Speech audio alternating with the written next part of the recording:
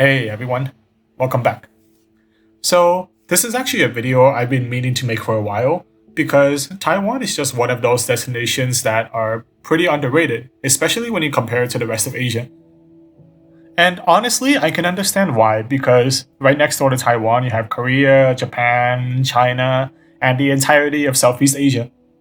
Prior to visiting, I actually knew very little about Taiwan. The only thing I really knew before I went was that one of my favorite singers, Jay Chou, came from there.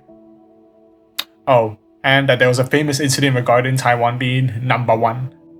But after my visit, I ended up having too many reasons to not leave. The food is great, the people are kind, the culture is interesting, the nature is amazing, and above all, it's affordable. This is how I spent 2 weeks in Taiwan. Prior to landing in Taipei, I was wrapping up a trip in Korea. Similar to the other East Asian countries, Taiwan also offers a card called the Easy Card, and the Easy Card is just a way for you to make payments for public transportation without hassle.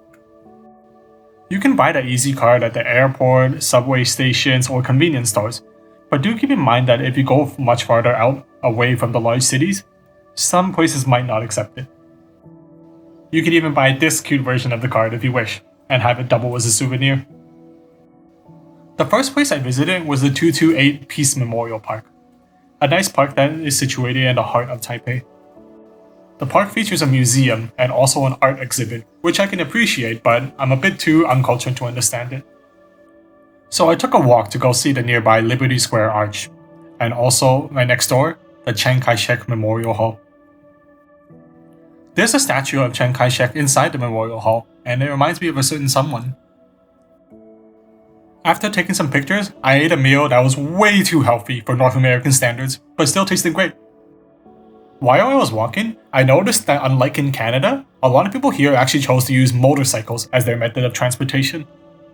It really seems like the farther south you go in Asia, the more motorcycles you find. And at the time I was a bit confused, but as I started to see more and more of them, I started to kinda see why people like them so much. Picture in front of you a road. For a car, their only way of going is forward. Motorcyclists have no such limitations. On the sidewalk, around cars, on the side of the building, even into the sky. Looking at you, oppressor. After a few hours of wandering, I finally arrived at Ning Xia night market. There's a lot of night markets in Taipei. If you're short on time, you don't necessarily need to hit all of them to get the full night market experience. The food and vibe you get in all of them are generally the same. Just remember to bring cash. In my experience, usually the larger and franchised restaurants will be okay with taking card payments, but this doesn't always apply to the smaller local family restaurants. And if you're here, I think there's no better way to experience Taiwanese food than to eat at those small local restaurants. And the funny side effect of eating at these types of family restaurants is that you usually gain a new sense of self-confidence. If you're a guy, for example, I found that people love to refer to you as 帅哥, which is a rough translation for handsome brother. I gotta admit, it's a nice change of pace from being called idiot. In any case, I returned to my hostel for the night because tomorrow I had a long day ahead of me at the national park of Ming Shan. My day started with getting a local specialty called danbing, or green onion egg pancake. After eating breakfast, I took the subway station to Xinbeitou, which is the closest station to the Ming Shan National Park. You can definitely choose to take the bus or taxi if you wish, but for me I wanted to go hiking. The entire national park is filled with beautiful flowers, so there's never a dull moment during the hike. And there's even a pretty cool flower clock. But you know, the most memorable moment of this national park came at the bamboo lake for me. So at the bamboo lake, there's a lot of farms in the area that are specifically meant to cultivate calla lilies. I hope I pronounced that right. Tourists love to pick these lilies when they come, but usually you need to pay a price to do that. Luckily for me, because I spoke a bit of Mandarin, I was able to make small talk with a lot of the locals here. One particularly friendly one invited me onto his farm, where he even gift wrapped a calla lily for me. I carried it with me for as long as I could until it unfortunately died. This national park is just way too big to explore in one day, so I figured I'd just go hiking again and look for a mountain nearby. The closest one to me at this point was Mount Qixing. This mountain is pretty cool because it's actually a dormant volcano. So some parts of the trail will smell like rotten eggs, which is the best way to describe the smell of sulfur. You might also run into these small cute birds on the way too. The view is pretty nice at the top, but for me I was actually too excited to get back down, as I was going to reunite with some friends tomorrow.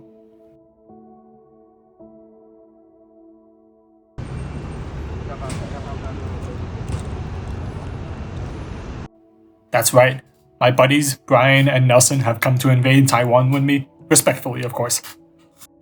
And I don't mean to brag, but I did stay 2 whole days here, so I'm basically a local compared to them. Just kidding. Anyways, we started with visiting Ming Shan Temple, a cool looking temple that also features a waterfall in the back as well. We then went to go visit the memorial hall again, where they had to teach me how to make the Korean finger heart.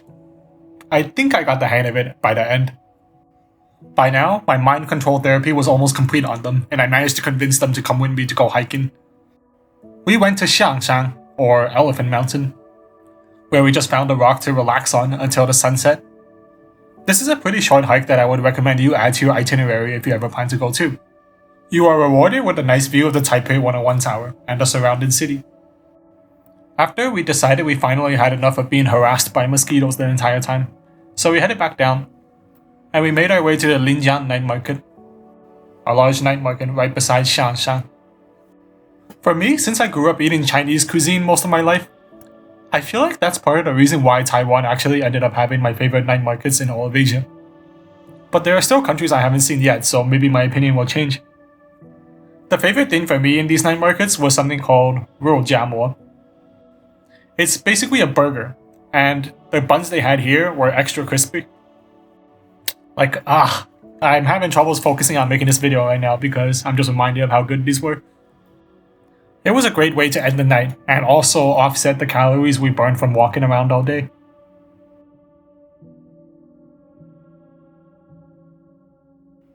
This time, our morning started with another Taiwanese specialty, beef noodle soup.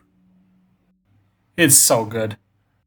And if you happen to know how they make their cucumbers so sweet, please let me know in the comments.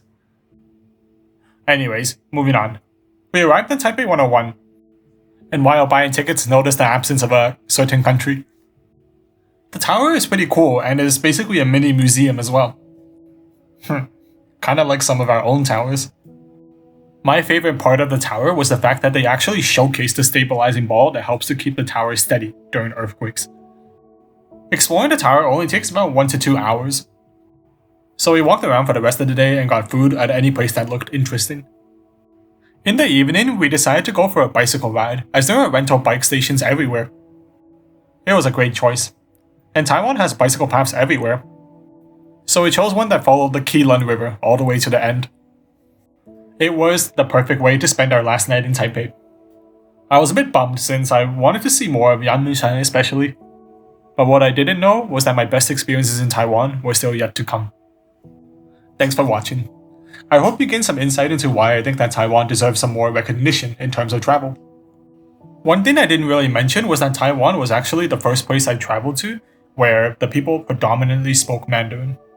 I think that definitely boosted my enjoyment of Taiwan. And one thing that surprised me about Taiwan was that prior to going, I had always heard that there was political tension of some sort between mainland China and Taiwan. As someone who was born in the mainland, I had chosen not to hide this fact when I was making conversation with anyone in Taiwan. But that made no difference on the way that they spoke to me and treated me. I'm assuming that my perspective could probably be skewed still, as I still grew up mostly in a Western country. If you have any information, insight, or anything like that, by all means, please leave a comment. I would love to discuss about it and learn more. But back to the main topic. I think the city of Taipei itself already warrants a visit. But the kind of things you can see outside of Taipei, especially much farther away, completely blew it out of the water. I'm talking villages that seem to send you back in time, the most colossal gorges I have ever seen, beautiful beaches that meet the mountains, and also some stranded pufferfish. I'll be covering the other places I visited in Taiwan in future videos. So if you enjoyed this video or want to follow along, please destroy that subscribe button. Thanks again everyone, take care.